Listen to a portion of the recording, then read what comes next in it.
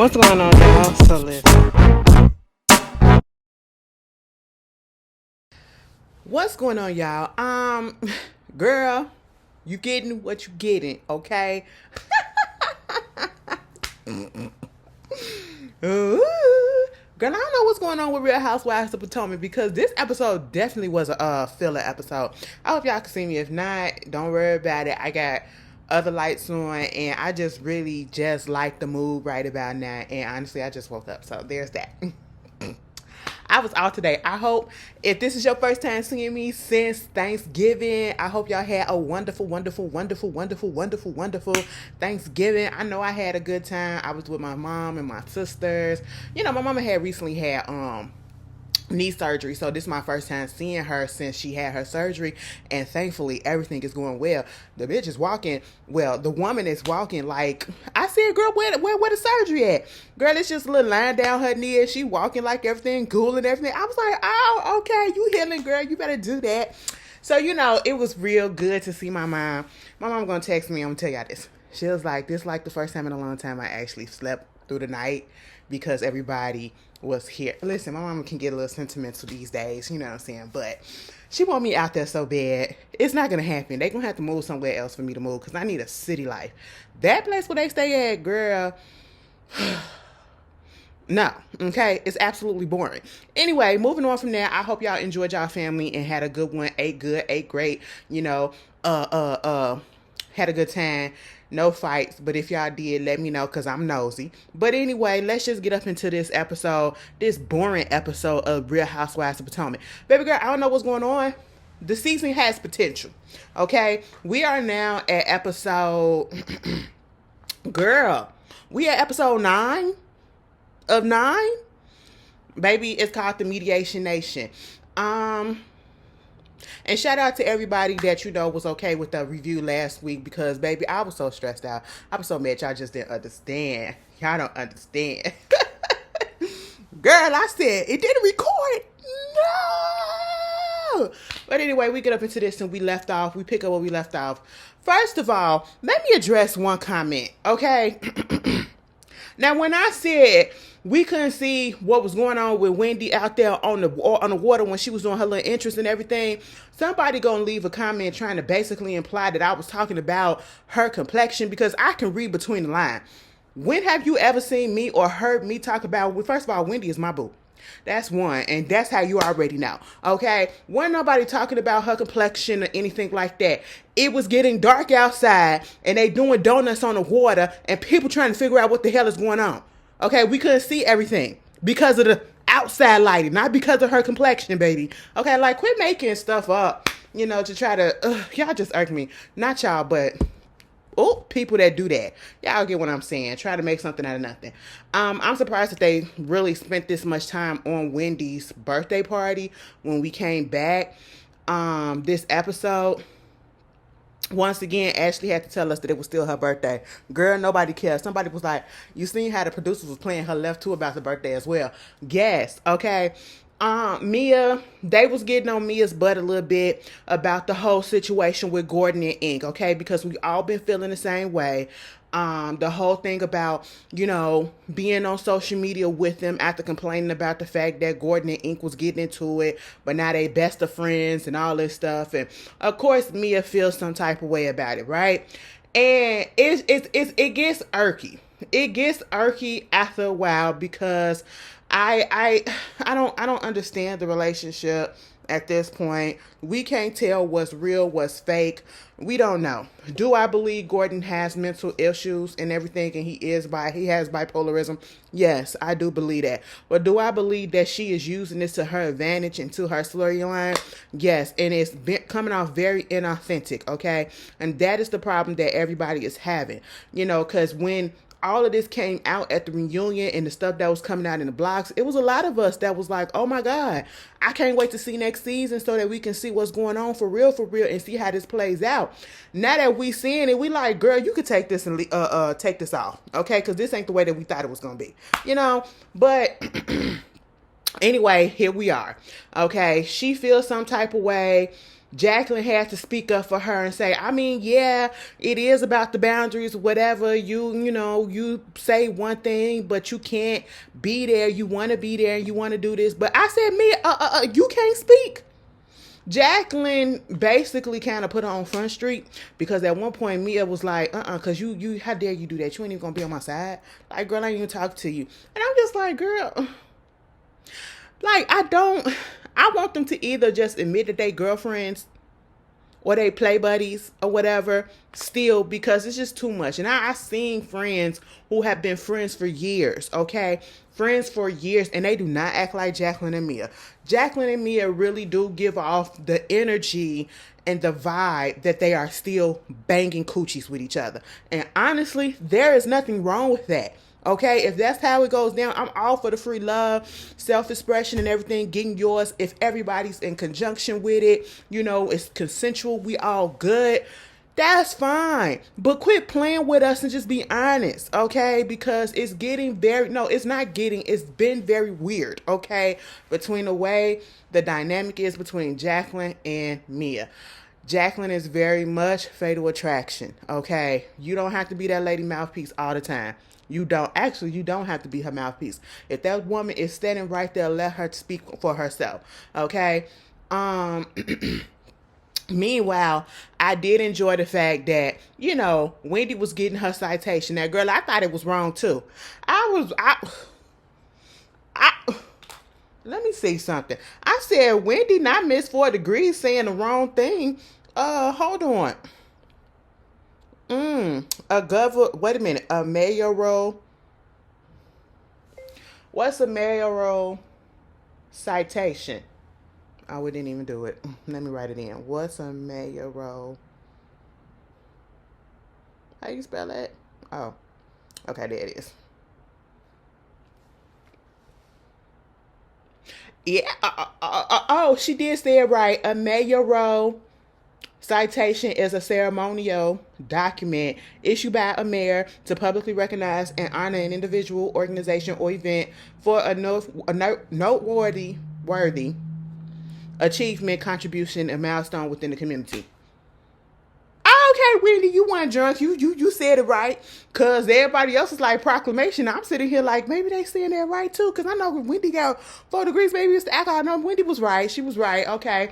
She said, she went up there, got her little stuff and everything. And I'm glad that they did not make, once again, we got another event where they did not make too much of a fuss. You know what I'm saying? So that was cool. Wendy get her little honor, and it was very cool and nice to see that her sister-in-laws were there, Eddie's sisters. At first it looked like they really wasn't into it, but they were there, and I ain't even gonna lie, y'all, when they had that moment, I don't care if it was for the cameras or not, baby, that stuff touched me, okay? Because to not know your nephew and your niece, your nephews and your nieces, ever since they were born, you have yet to meet them, and it's been 13 years since y'all had any real communication. Oh my goodness. And then for y'all to come together at this point, and then, Eddie's sister do look just like him with hair. They are beautiful women. That's a beautiful family. They coming together. Wendy crying, she crying. Girl, I felt the love, and I said, keep this up, okay? The husband's just standing there looking like, the fuck is going on? But the sisters, they just like, that's what's up. That's what's up. It was a beautiful moment, okay? And I really do hope that they patch up that relationship, because I can't imagine being close to my sister and not being able to talk to her for years just because of some cultural stuff. Even if my sister go out and get with a white man, I ain't gonna cut her off. I'm not. I'm gonna look at her a little crazy because you said that that's not your cup of tea, but that ain't enough to cut her off. You know what I'm saying? That's how it felt. But I know because they're in a different culture, it was different or whatever. I get the significance, but I'm giving my example, okay? Moving on from that, it was nice to see Gizelle with her daughter, Grace. She completed her first year of college, and they was going over there. She had a little ups and downs, just like all college students do. And so I enjoyed that, and, talking about how she was when she found out about the grandpa passing away and how she was reading the note of his, and then she got that message that he passed away. And she went back to reread the note, and Gizelle was just saying that she was just glad that Grace wasn't home at the time, because it would have put a lot more on her, mentally, emotionally, dealing with that and dealing with school at the same time, you know what I'm saying? So, yeah. And, bringing up the twins and how they're going to separate colleges and who's going to call first, needing the other, and crash out first a little bit, because listen, I always was thinking when we found out that the twins was going to separate colleges, and I understand that just because you twins, you do have different personalities or whatever. I just would have thought that they would have went to the same school, or they would have went to different school, probably in the same area. And I feel like they're going like on different coasts or whatever. So, I just want to see how that's going to be. Like the Grace said, one of them rely more on the other one than the other one do. So that's going to be something. But yeah, that was cute or whatever to, get into. Meanwhile, we talking about Stacey and Ashley going to mediation for their divorces. Let me just tell you this. Stacey is the best addition to this whole show. She ain't really giving much, but what she's giving is making me laugh, and it's making me like her more and more and more, okay? Because it just feels real. Sometimes she comes off a little, aloof, but I like it. You know what I'm saying? She not trying to be more than what she is, she not doing anything extra. She just genuinely being herself, and I can clearly tell that, right? And so when they was at Wendy party, I think she told Ashley about the fact that she's going into mediation soon with her soon-to-be ex-husband, so they can iron out all the stuff that they need or whatever to get the divorce, and how they're going to split up the assets and all that stuff, okay? And so Ashley felt the need to tell the girls and to have them come around and give Stacey some advice. Miss Stacey said, listen, girlfriends, I understand that they done went through some stuff. But see, I got this type of marriage that when I got with my man, he said that he wasn't gonna do all that mudslinging stuff. And she said the difference between me and my man getting a divorce is the fact that we amicable. Okay, it's amicable. I don't know what's going on over there with Ashley, but baby, we ain't got the same thing going on. Okay, we two different situations. I said technically yes, but again, like they said, you don't know what's gonna happen. Y'all like, I don't know, was it Karen or Gizelle or one of them said, y'all been married so long, the person that you knew at the beginning is not the person that you know now, especially when you said that you grown apart. I said, come on, speak somebody. You better say that. That's some real stuff right there, right? And sure enough, Stacey get there to that mediation. She came back, they got back together, and everybody was just sitting down telling everybody what was going on. Girl, she said, listen, first of all, I was shocked and shooketh, okay? Because I know we had all these accounts and my name was in this and on that. And I'm like, what is going on? Because I didn't pay for anything. I didn't have my name. I didn't control the finances. He did. I said, see, stuff like that scares me. And it scared me even more when Wendy, of all people, okay, Wendy, of all people, Miss 4 Degrees, Miss I got this job, that job, this, okay, I'm smart and all that stuff. Her husband paid all of the bills. She said he paid the mortgage and all that stuff. I don't even know how to do that. I said, oh. She said, now I'm not finna get a divorce from my man. Okay, we not putting that out there like that. But now I'm finna go up there and I'm finna have this little conversation with him like, so, who is the mortgage company? How much do we pay for the mortgage? What day does the mortgage have to be put in? Okay, which credit card do you use? Do you use credit, debit, or check? Baby, I was at Kroger with my sister because my sister, anyway, we was at the store when I was out there in Indiana visiting my family, right? And this lady that was 2 people ahead of me held up the line because she was paying with a check. She was paying with a check the day after Thanksgiving, baby. I said, what? And of course, she was an older lady. She was an older lady because at this point in time, I only realized that I feel like anytime that I seen somebody paying with a check at a store, it was when I was younger and it was an older woman. And 9 out of 10, it was my grandmama. Okay, my grandma, no shade. My grandma used to bounce checks left and right. I said, girl, you are embarrassing sometimes. But that's my grandma. I love her with all my heart. Okay? And I was just like, it just flashed back. It flashed back. I said, damn, in 2024, it's about to be 2025. And you paying with a check? Oh, girl, I said I ain't seen that in a long time. But okay, you got to get to know. I just wanted to throw that in there. You got to get to know what's going on in your finances. Stuff like that scares me, especially when it comes to money. I already told y'all one of my biggest fears is becoming, having to be broke and having to go so broke to the point that I can't take care of myself. I can't pay my rent. I have to go move in with my sister or my mom and all this stuff. And I don't want that. I don't want that. So that's why, listen, your girl can't do no spontaneous spending like that unless I already know that it's going to be a way for me to recoup that money. And I'm going to have some stuff on the side. I was up there talking to my sister earlier, talking about what I want to do some investing, okay? Because I need to make my money make money for me, okay? I got to have some little stuff on the pockets, so I can grab from here, grab from there if I need it, And so, yeah, so when they was talking about how they mans was doing all that, and I get it, it's you got trust in your relationship and you got trust in your partner and they want to be the man of the house and all that stuff. I understand that, but I just couldn't do that. If you want to pay it, that's fine, but just let me know the ins and outs of it. That's all, because you never know. What if something happened to your partner when they pass away and you don't know who the mortgage company is, you don't know how much it is, and girl, we're going to have to sit down and have these type of conversations before we get that far, okay? But yeah, I think that they went on ahead and ironed out everything. I feel like Stacey basically said that was the only thing that she really was shocked by. So, okay, yeah. But when it came to Ashley said that mediation was supposed to start at 10 o'clock and it was like it could go as long as 1 o'clock in the morning. I said, excuse the fuck out of me. She said, yeah, because they were trying to do that shit one and done. Okay, because Stacey said they didn't figure out everything just yet, so they're gonna have another one or whatever. Ashley said, nah, we doing that just one.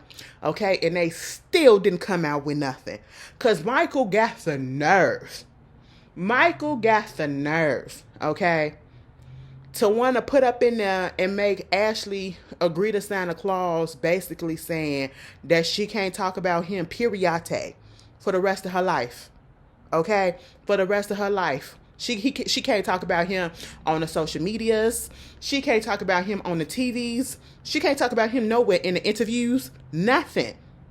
And I'm sitting here like, damn, Michael, what you got to hide so that it won't mess up his reputation? Let me tell you this, Michael. Your reputation as a businessman was already when you came on this show.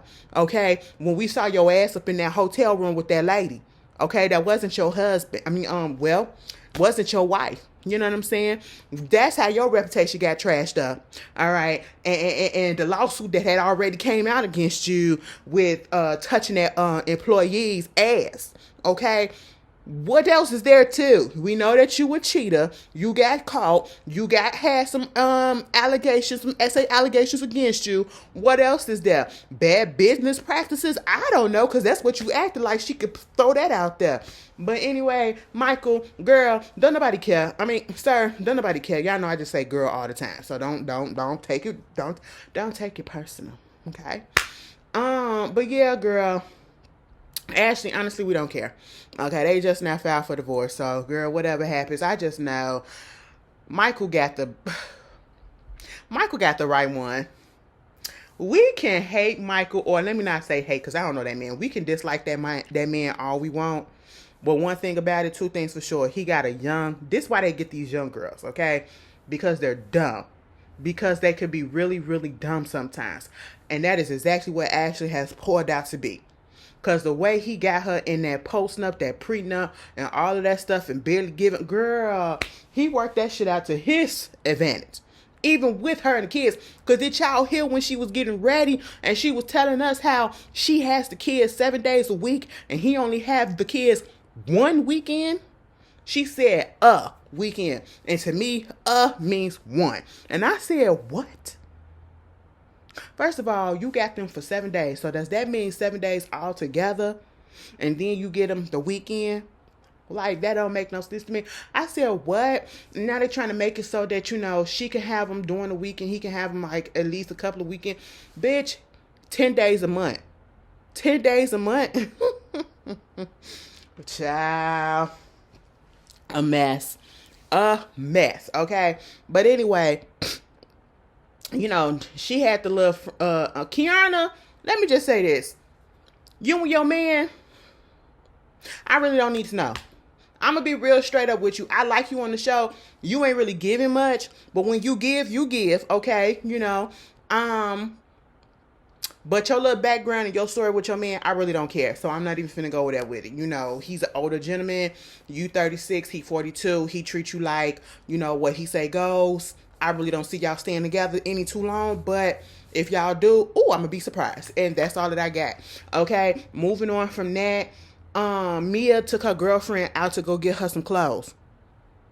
And I'm talking about Jacqueline. And I ain't talking about girlfriend like her friend. I'm talking about girlfriend. Because that's basically what it is. Like, Mia really got the balls. Okay? She got the audacity. I ain't saying she got a dick or nothing like that. But y'all get what I'm saying. It's a phrase. Okay? People get sensitive these days. But she really got, let me say the gall. She really got the gall and the audacity to get up on this show and to flaunt her girlfriend, her boyfriend, and her husband all at the same time. She is out here shopping and giving her girlfriend a whole new wardrobe while her boyfriend and her husband probably back there at the building fighting. What? What is going on? And then got the nerve to feel some type of way about Gizelle, talking about how Gizelle all of a sudden want to become, talking about her parenting and all this stuff. And I'm just like, girl, I just, girl, don't nobody care.